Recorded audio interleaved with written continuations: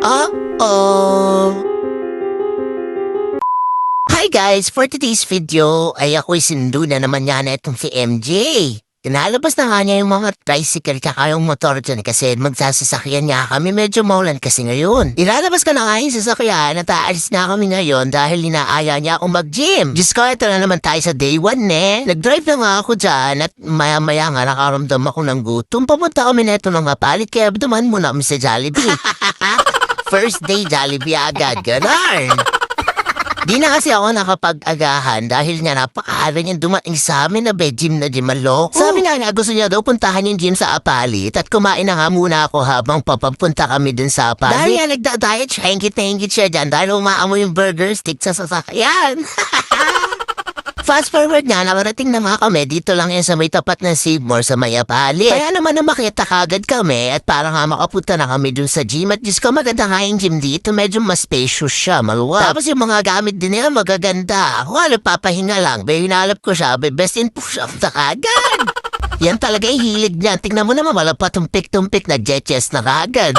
Natawa nga ako dahil bumangon bigla dahil medyo daw magaan kaya binigatan niya pa. O yan, alam niyo na yung secret niya yung mga routine niya kung bakit ganyan kalaki yung katawan niya, Yan talaga yung hilig niyan, kahit pigilan mo hindi ko pipigil.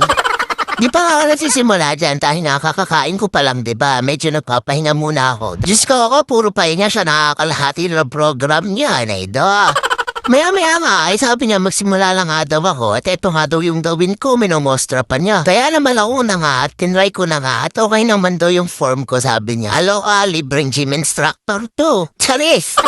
After ko nga daw matapos doon, eto naman daw yung gawin ko. Tignan nyo na pinas-forward ko na lang pero 3 sets. Diyos ko habang ang ginagawa ko yan, iniisip ko yung Jollibee Chicken Joy. Taonay ng motivation niya After nga ng isang setup, natulala na nga lang ako dahil sumasakit kagad yung likod ko. Taonay na ba't ko pa ginagawa sa sarili ko? Ito kasarap matulog sa bahay. Charis!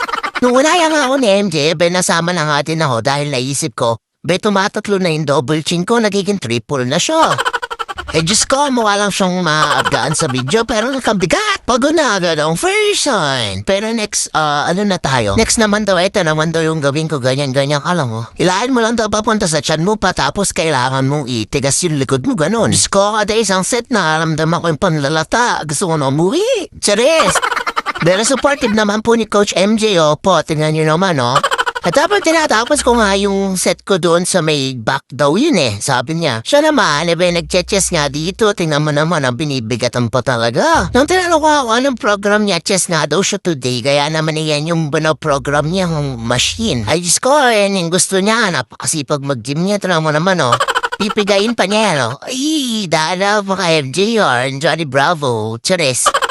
Ganyan yung tao na yan. Laging ginaganyan, laging pinipress yung muscle niya. Tapos araw-araw tinatanong sa akin, mukha na ba akong nag-gym? Ganon. Malapad na ba akong tingnan? Ay, Diyos ko, na yata, balo ng karagol na.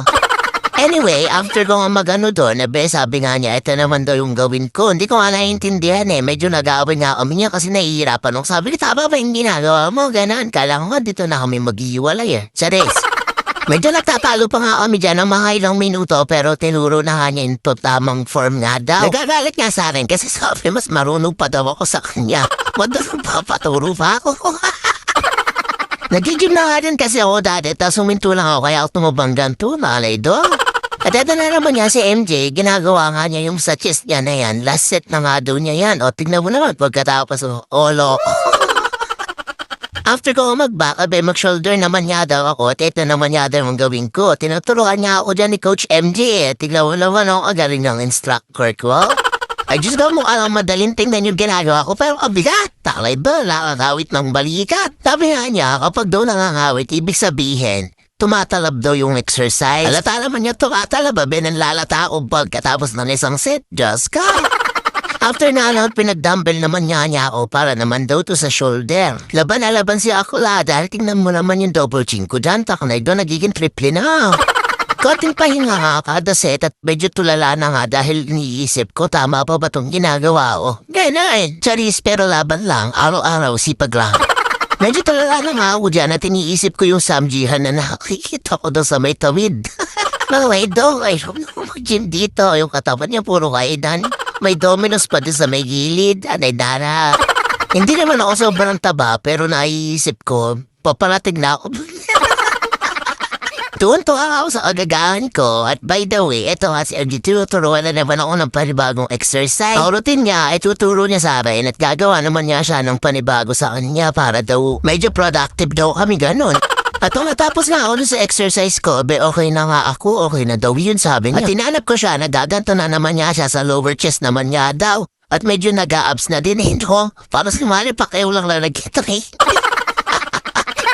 After ko mag-exercise, sabi niya magpa-cool down na daw ako, mag-treadmill na lang ako dito pampapawi. Habang nagte-treadmill na ako, iniisip ko, day 1 na naman niya yung taknay dana, masusod na kaya ng day 2. Watch out! Kasakit ko katawan!